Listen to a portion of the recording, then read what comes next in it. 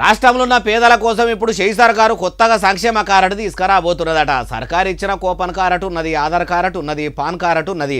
మళ్ళా కొత్తగా ఈ సంక్షేమ కార్డు ఎందుకు పనిచేస్తుందే బాలన్న అంటారా?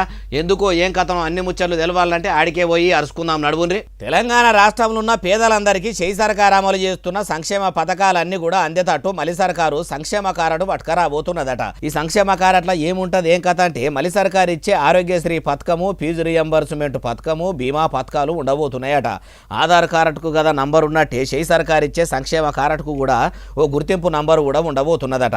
ఇప్పటి సంది ఈ సంక్షేమ కార్డుతోని షెయి సర్కారు అరువులైనోళ్లకు సంక్షేమ పథకాలు కొలాయించే పని పెట్టుకోబోతున్నదట. అయ్యా మలి ముఖ్యమంత్రి యనుమల రేవంత్ సారు ఒదిక్కు మీ షెయి సర్కారు ఏలుబడిలకు వచ్చి 3 ఏళ్లు దగ్గరికి రాబట్టి ఎన్నికల ముంగట ప్రచారం చేస్తున్నప్పుడు ఏమని చెప్పిండ్రో యాదివర్షిరా సారు? గెలిచిన 100 దినాలనే 6 గ్యారెంటీలు అమలు చేస్తాము, 420 హామీలు నెరవేరుస్తాము అంటిరి. ఇప్పటికీ ఎవ్వి పురాగా అమలు చేసింది లేదు. అవి సీదా ఇయ్యకుండా మళ్ళా ఈ సంక్షేమ కారటని ఈ తిరకాసేంది. కారట్లల్లో పేరెక్కించుకునేందుకు కొన్నొద్దులు ఆన్లైన్లో అప్లోడ్ చేస్తాంది, కానీ కొన్నొద్దులు పేర్లు తప్పులు పడ్డాయి, ఊర్లు తప్పులు పడ్డాయి, ఫోన్ నంబర్లు తప్పు పడ్డాయి అని ఇట్లా కొన్నొద్దులు పొద్దు గడుపుతారా? సంక్షేమ పథకాలు ఇస్తామని చెప్పినట్టే సంక్షేమ కారట్లు కూడా ఇస్తామని అప్పట్లో ఎందుకు చెప్పలేదు?